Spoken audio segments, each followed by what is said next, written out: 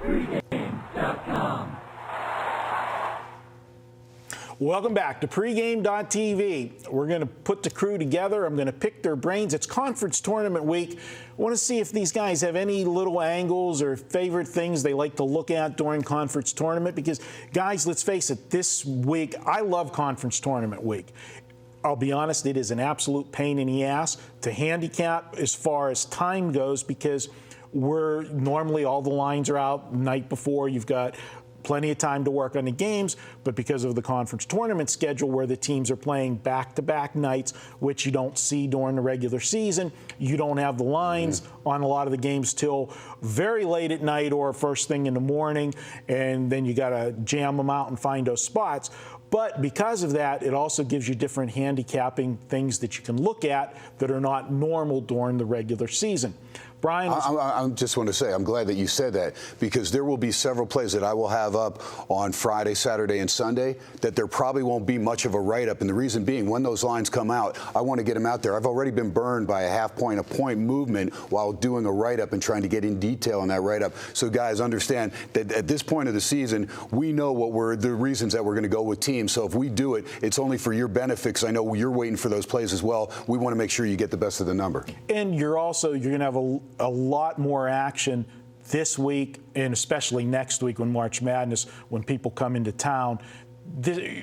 March Madness, the opening week of the NCAA, has become like the third most populated event as far as Vegas goes. You've got New Year's Eve, the Super Bowl, and March Madness, where you just have tourists come in because they want to bet and watch all of the games. Right. So you're going to get what we like to use in horse racing terms. You're going to get a lot of dead money. Guys that don't normally bet are going to be betting. And when you've got more people at the windows, it does make the market fluctuate quicker. There you go. I want to tell you just my experience from calling games. When you get to conference tournaments, you got to be careful, and you can't just lump together, hey, this team's done this during the season, or this team needs this win in order to show the committee that they belong in the big dance. It doesn't matter. I'll never forget calling Long Beach State, and this is in the year 2000, I think, maybe either 2000 or 1999, and we had throttled Boise State when they were in the Big West by, I want to say, 35 and 27 in the two games. We played them as the #1 seed. The first game, middle of the afternoon, Anaheim Convention Center. They beat the crap out of us by 27. So you never know. You've got to make sure. And if you do get some guys that have inside info that are maybe traveling with the team, and I've got some people in some of these tournaments in place, but some of these guys that go in there and figure out, we won the conference, we're good, we're going to take care of business against the last place team or the next to last place seed, you better be focused because those teams are looking at as a brand new season, a chance for them to pull one of these miracle upsets. We just saw Mount St. Mary's take care of Robert Morris in a big way on Robert Morris's home court. Now, in those conference tournaments we talked about that it's not a neutral site. Sometimes, the home team, they earned it, so they get to play on their floor for the championship. But you calling games, like here we've got in Vegas, 3 different conferences play their tournaments here. So it's a neutral floor for everybody except in the Mountain West. Of course, they play at the Thomas & Mack, which is UNLV. So right away, people say, well, that's an unfair advantage for UNLV because the tournament's right in their home thing. Well, UNLV hasn't won the Mountain West Conference tournament in how long? But remember that even though it's their home floor, and Bryan and we both have season tickets, it's a whole new lottery when it comes to the conference tournament because each team has to get their allotment of tickets. What I want to ask you, Ken, as a guy that's called a lot of these, certain teams travel better than other teams. That's something, do you guys look at as far as the teams traveling? And then let's remember that once your team loses, a lot of people, that's it. They're done. They sell their tickets and give them up. So, you've got to figure out where is the fan base thrown around town that want to pick up the extra tickets when guys don't want to stay once their team's out of it. That's a good call. And you talked about me with the Summit Conference, but North Dakota State ended up winning, and their home crowd, participants basically that made the trek over from North Dakota State from Fargo, they made that trip. It's much closer to Sioux Falls where that tournament was. So once they realized as they were in the finals. They got over there. South Dakota State, only 45 minutes away from Sioux Falls. They play in Brookings. They were out of there, so a lot of Jackrabbits fans got rid of their tickets on StubHub, whatnot. The North Dakota State fans grabbed those. IPFW Fort Wayne, they didn't travel well to go make the long trek up to Sioux Falls, so it benefited the Bison, and the Bison ended up getting a home court push at the end. They never led in that game till the final 2 minutes. They ended up winning the game by 3. So, yeah, you'll look at that. New Mexico here, Mountain West Conference, we know half Albuquerque will be here. So, I mean, it's more or less a home crowd for New Mexico. If they play UNLV head-to-head, then you're going to look at a split. Yeah, this is the deal here, at least in town for the UNLV situation.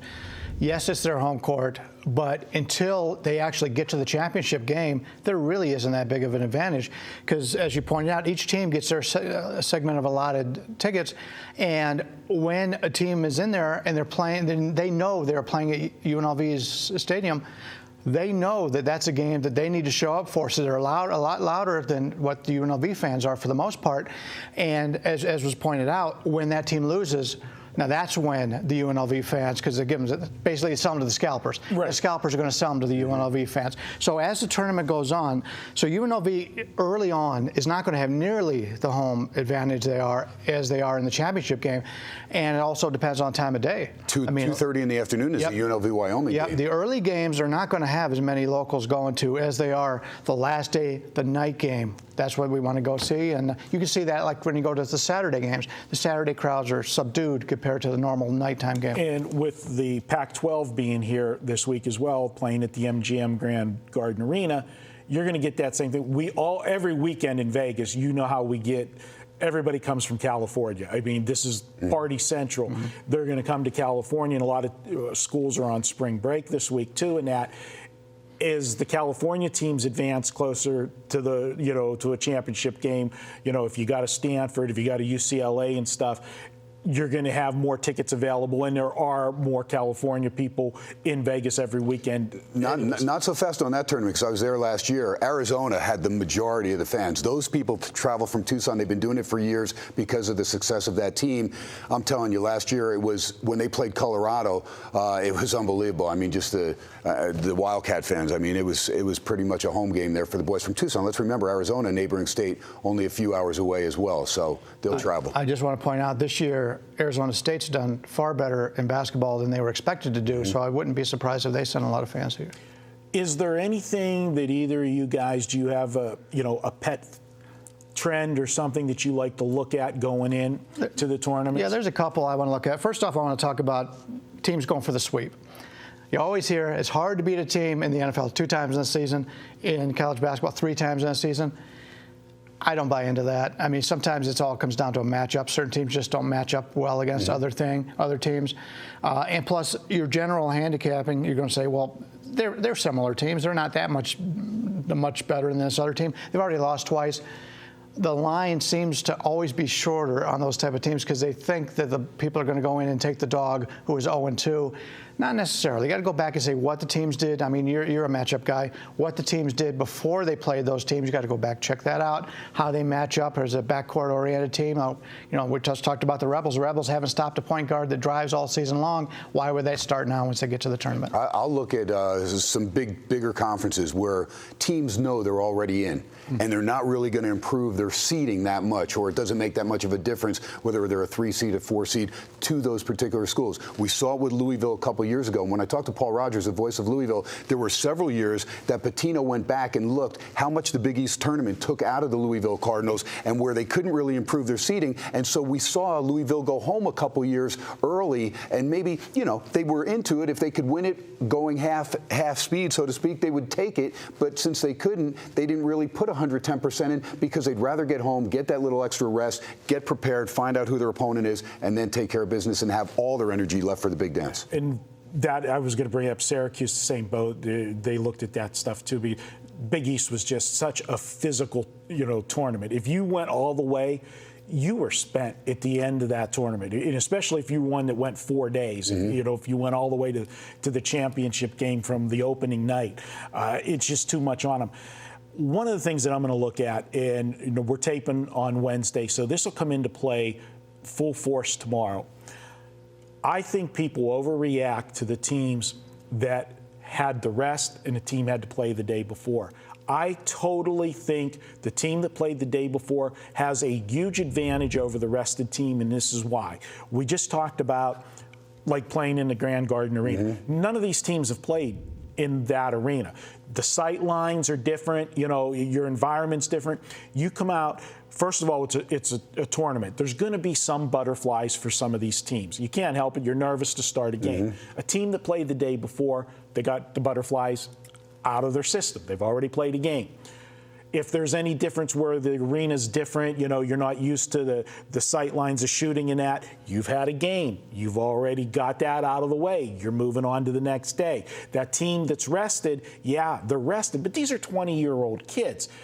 One playing back-to-back one night's not going to be a difference. It's when they get to the third or if they have to play the fourth game where you start to worry about, depth and fatigue issues. You're not going to see it in that first game. And I think, I'm not going to say blindly go out and play every team that played the day before, because in most instances you're going to have the underdog because obviously they're not as good because they played the day before and they're playing a higher seed. So you're going to be getting points. But I think Vegas makes you pay a tariff if you want to play the rested team. We all see it in the NBA. If a team is rested playing a team that played the night before, I think the line is shaded a point to a point and a half because of that rest factor, which in the NBA, because of travel and everything, yeah, that's a factor. But nobody's traveling. You're sitting here. You played last night, and you're going to have at least 12 hours before you play again. If you happen to play a night game and happen to play a late afternoon game, so the fatigue's not there, but you're still going to have that built-in factor. That's one of my personal. You make good sense because when we did the Big West tournament over there at the Anaheim Convention Center, which is one of the worst backdrops ever. I mean, it's literally you're looking through the glass backboard and you're seeing nothing. There's just for a shooter, it takes a while to get used to it. So a lot of those teams, like you said, with the game under their belt, a first half play on them against a higher seed the next game out was usually a smart bet, and the unders big time because it takes a while to get used to that backdrop. And if you're playing a game in the middle of the afternoon like Long Beach did, and Long Beach had some great three-point shooters in that loss to Boise State, they couldn't hit a lick, and that was the problem because there was nobody really there in the arena, let alone the looking through the backboard, the glass over there, the glass. And so the depth perception, like you said, for a shooter was very, very difficult. So each arena's got to be taken, each neutral site. Again, like you said, if they're going to a place like El Paso, where Conference USA, most of those teams were there during the season, and again, normally an advantage for a home team like UTEP or for UNLV. But let's look, both those teams did not really do well at home. So again, both those teams played very well on the road and struggled at home. There's a couple extra things I look at. I try to take a look at what a team wants to accomplish before they go into the tournament games. You take a certain team, maybe in Oregon, who thinks at this point we're already in the tournament. That's one thing. Maybe the first game they won't pay as much attention to the opposite team. They're actually in the first round they play their in-state rival Oregon State, which needs that game. Another thing is, and going back to playing the one night and then playing the next night, I think it all depends on who the team is. If, like an Air Force, let's say Air Force wins in the first round of the tournament out here for the Mountain West, that's a team I think the players in their mind know they're not going to win that tournament. So maybe they go in, let's win one here. Let's make it to the next round. We don't want to be knocked out in the first round. Then they get that first win. For them, they're thinking, well, okay, we may be a little bit satisfied here, while the opposition's coach is saying, hey, look at Air Force. They just knocked off a team as an underdog the night before. This is a team playing good ball right now. So I think you got to take every game individually, and some good money might Last thing, Joe Lunardi. Do not rely on Joe Lunardi having a lock in there. There have been several teams that he said were locks to be in the tournament the last several years that have been smitten on that Selection Sunday. So for those teams, like in Iowa, for example, he's got Iowa right now as a lock. I do not. Iowa's playing lousy basketball right now. They've lost 5 out of 6, and they need a win against Northwestern. If they lose that opening game against Northwestern, I don't have them getting in the tournament. I know they have some great non-conference wins and some good wins early on in the Big Ten season, but this team's struggling mightily. And these teams that are so-called locks are the last 4 in. Remember, if a conference has a surprise that somebody wins that would not have been in the tournament without winning their conference, that's taking somebody's spot away. Somebody has to Milwaukee, get knocked out. there's still a chance, believe it or not, even though it's the horizon, that Green Bay could get an at-large. They have a non-conference wins over Virginia,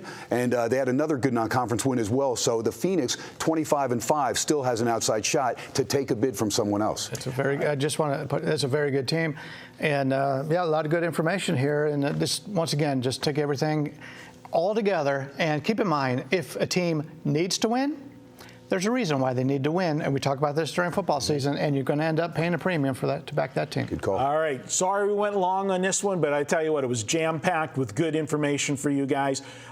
Best of luck conference tournament week. We'll be back next week. The big dance. Maybe Bryan will do a dance for us to open up the show. He's Bryan Leonard, Ken Thomson, yours truly, Marco D'Angelo. Talk to you next week.